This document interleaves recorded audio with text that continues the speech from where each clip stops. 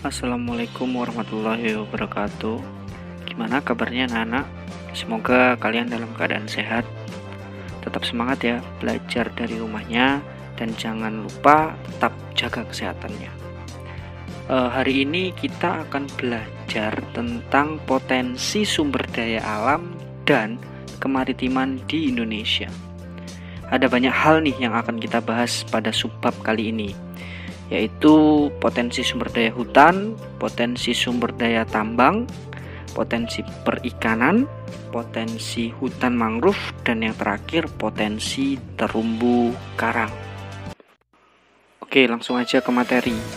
Yang pertama kita akan membahas tentang potensi sumber daya hutan. Apa sih hutan itu?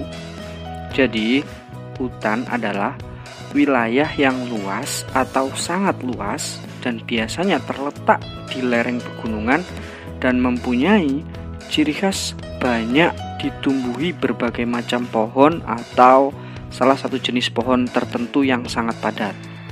Jadi hasil hutan biasanya tidak hanya sekedar kayu, tetapi hutan di Indonesia juga menghasilkan beragam buah-buahan dan tumbuhan obat-obatan. Jadi untuk lebih jelasnya bisa kalian lihat di peta berikut ini. Jadi selain hasilnya yang dimanfaatkan, hutan juga memiliki beberapa fungsi. Di antaranya adalah yang pertama, mencegah tanah longsor. Jadi nanti pohon yang terdapat di hutan itu akarnya akan menopang tanah agar tidak terjadi yang namanya bencana longsor. Yang kedua yaitu sebagai sumber ekonomi. Jadi di hutan ini biasanya kalian tahu kan, kalau di lereng-lereng gunung itu ada perkebunan kopi, perkebunan durian atau apapun itu. Jadi inilah dijadikan sebagai sumber ekonomi bagi rakyat di sekitar hutan tadi. Yang ketiga yaitu mengurangi pencemaran udara. Kalian tentu pernah dengar bahwa hutan adalah paru-paru dunia. Kenapa sih kok bisa dibilang seperti itu? Jadi pohon itu bisa menyerap yang namanya karbon monoksida dan diubah oleh pohon menjadi oksigen. Nah, itulah kenapa kok hutan disebut sebagai paru-paru dunia. Yang keempat atau yang terakhir adalah menjadi rumah bagi para hewan. Ya, kayak kijang, harimau, terus lain sebagainya. Jadi ekosistem ini akan tetap terjaga jika hutan juga terjaga gitu. Selanjutnya ada potensi sumber daya tambang. Ada beraneka macam untuk bahan tambang yang tersedia, yang digunakan untuk memenuhi kebutuhan dalam negeri maupun luar negeri. Bahan tambang di Indonesia itu dibagi menjadi 3 kelompok. Yang pertama ada mineral logam. Apa aja sih? Ya kayak biji besi, nikel, emas, tembaga, timah, dan bauksit. Yang kedua ada mineral bukan logam, seperti batu kapur, belerang, dan pasir. Yang ketiga ada energi. Apa sih energi itu? Jadi energi adalah sumber daya alam yang dimanfaatkan untuk penghasil tenaga atau bahan bakar. Contohnya apa aja? Ada minyak bumi, gas alam, dan batu bara. Lanjut ke potensi perikanan.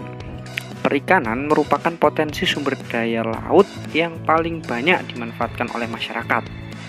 Ya, bisa disebut nelayan gitu ya.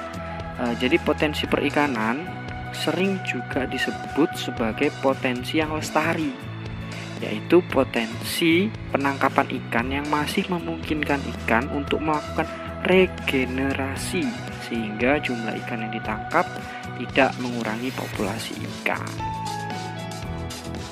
Setelah potensi perikanan ada lagi yaitu potensi hutan mangrove.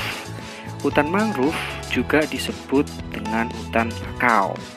Biasanya hutan mangrove berkembang dengan baik pada pantai yang terlindung, muara sungai maupun di laguna.